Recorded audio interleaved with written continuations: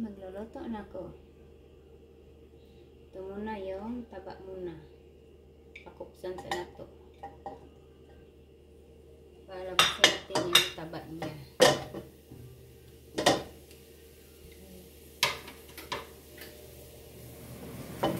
Sama natin siya dyan. Pagkita yung taba.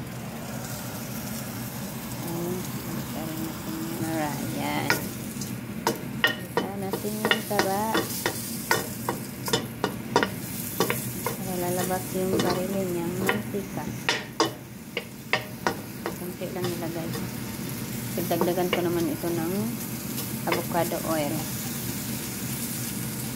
Yan.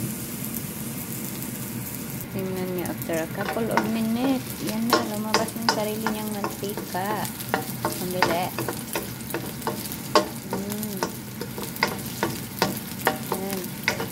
Lumabas na yung mantika niya. Katat.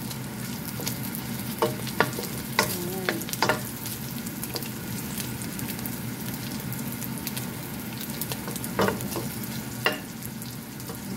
Ang dami na mantikang lumabas.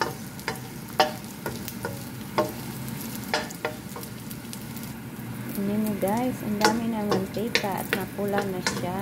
Ayan, lumabas na talaga. Na lagay na natin yung bawang. Bisa natin ng kaunti yung bawang. Pula-pula ng kaunti. Awa, bango-bango. Umaamoy nyo lang kung ano kabango. Bango. Parang nagugutom na ako. Sobrang bango. Yan, lagay na natin yung sibuyas.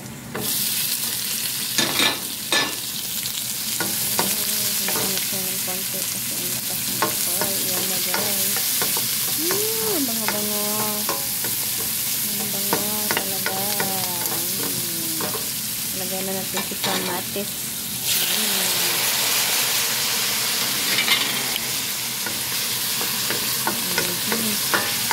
Sobrang bango. Grabe, nangangamoy. Ang ganda ng salata.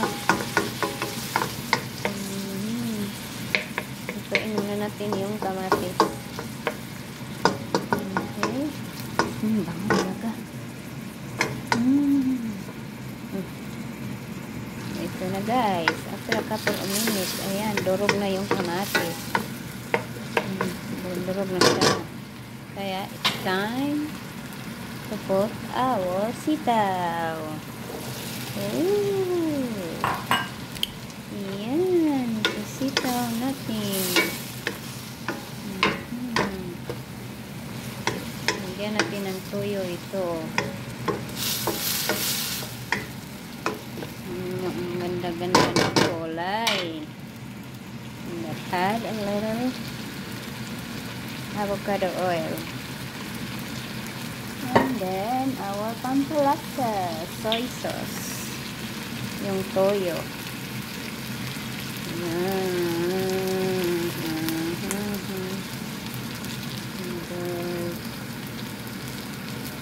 Kulay na.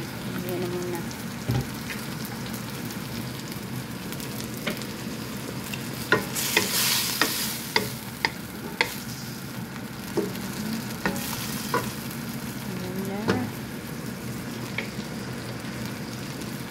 Add up a little patis.